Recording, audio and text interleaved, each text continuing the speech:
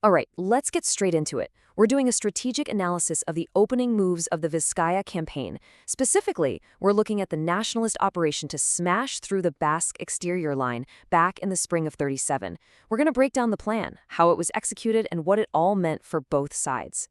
Now, just so we're clear, all the information we're covering comes from the incredibly detailed research of Colonel F.J. Victor Rodrigo and his Batelis Guerra Civil project. So we've got a really solid professional foundation for this entire breakdown. Here's how we're going to tackle this. We'll start with the situation on the ground and the mission objectives. Then we'll get into the nuts and bolts of the nationalist plan.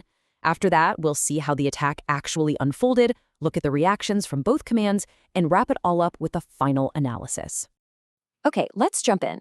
Section 1, Situation and Mission. This is where we set the stage, look at the lay of the land, and get crystal clear on what the nationalist forces were tasked to do. So the area of operations was a real tough nut to crack. You're looking at mountainous, broken up terrain that's just a nightmare to attack through. The Basque forces were dug in along a prepared defensive position called the exterior line.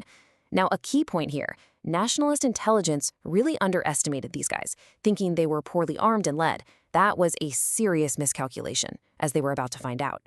The mission for the Navarra brigades was laid out in a series of steps. First, breach the enemy line over in the Armayona sector. That initial breakthrough was the absolute key. From there, they were supposed to swing around and envelop the Mescaleta sector. And the main prize, the primary objective, seize control of those critical mountain passes, Barazar, Sumeltsa, and Orchiola, to dominate the high ground.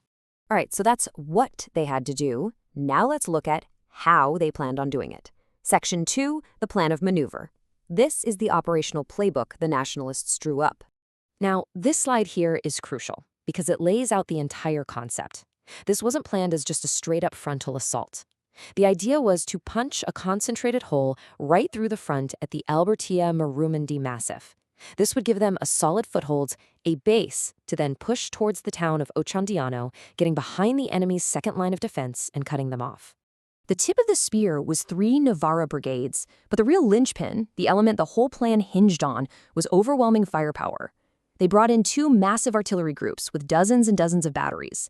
The thinking was that this bombardment would completely shock and shatter the Basque defenses before the infantry even took a step.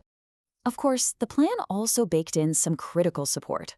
Engineer units were ready to move in immediately to repair roads to keep the supply lines open. And at the same time, the Air Force had a major role to play, providing coordinated strikes during both the opening bombardment and the main ground assault. Section 3, Execution. All right, this is where the neat lines on the map meet the messy reality of the battlefield.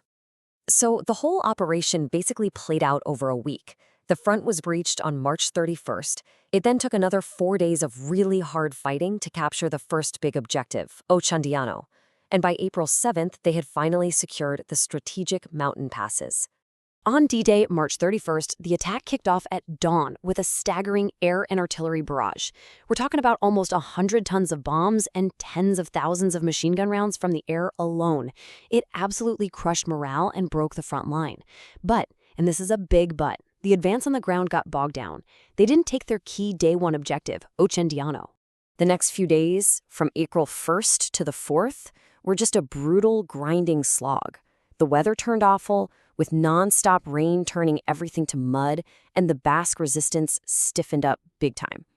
After some really tough fighting, especially for the high ground around Aranguio and Muralgagana, the nationalists finally managed to surround and capture Ochandiano, securing their first major objective and a lot of captured equipment. And they didn't stop to catch their breath. The operation rolled right into its second phase. From April 5th to the 7th, the brigades pushed on, even as they faced determined counterattacks, some of which were actually supported by Russian tanks. This final push is what secured the ultimate objectives of the whole operation, the strategic passes of Barzakir, Sumeltsa, and Orchiola. Mission accomplished, at least on paper. Okay, so the front line is smashed, and the attackers are on the move. How did the leadership on both sides deal with this rapidly unfolding situation? That's what we're getting into in Section 4, Reaction and Counterattack. For the Basque government, the offensive was a massive shock to the system. On the very first day, they held an emergency meeting. Decrees were fired off immediately, creating a military tribunal and finally enforcing an order to militarize the militias, something they'd ignored before. They expanded conscription and sent desperate pleas for help to the central Republican government down in Valencia. And this telegram, well, it says it all. It's from the Basque president Aguirre to the Minister of Air, Prieto, on day one of the attack. It perfectly captures their biggest problem. They were facing total enemy air supremacy and had absolutely nothing to counter it with. They were completely exposed from the sky. On the ground, this desperation translated into a series of incredibly brave but ultimately disastrous counterattacks. The fight for the high ground at Sebigán is a perfect example.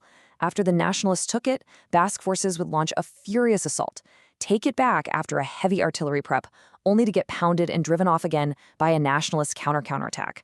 The cycle of losing ground and then bleeding themselves dry trying to retake it in costly frontal assaults was just brutal, causing massive casualties and crushing morale. Okay, time to pull all these pieces together. In our final section, we're going to analyze the results and draw some initial conclusions about this first critical phase of the campaign. So from the Nationalist side, even though they met their tactical objectives, the whole thing was much, much harder and slower than they'd planned. The head of the Condor Legion actually warned his bosses that if the troops didn't start moving faster, they'd never take Bilbao. It became obvious they had underestimated their enemy and that they desperately needed more maneuver forces. By April 5th, they were already pulling elite reinforcements from the Madrid front. And this map really puts that tactical success into strategic perspective. Yeah, after 2 weeks of intense fighting, they'd broken the exterior line. But look how far they still had to go. The ultimate prize, Bilbao, was still a long way off. They'd gained ground, but they had paid for it in time. So let's be clear. The mission they were given back on March 29th was technically completed. The objectives were taken, but it was a costly victory. The unexpectedly fierce Basque defense and the slow pace of the whole advance forced the Nationalist command to completely rethink their strategy for the rest of the campaign. This quote from the source material just nails it. The Nationalists' technical superiority, especially in artillery and aviation, was obvious and it was decisive.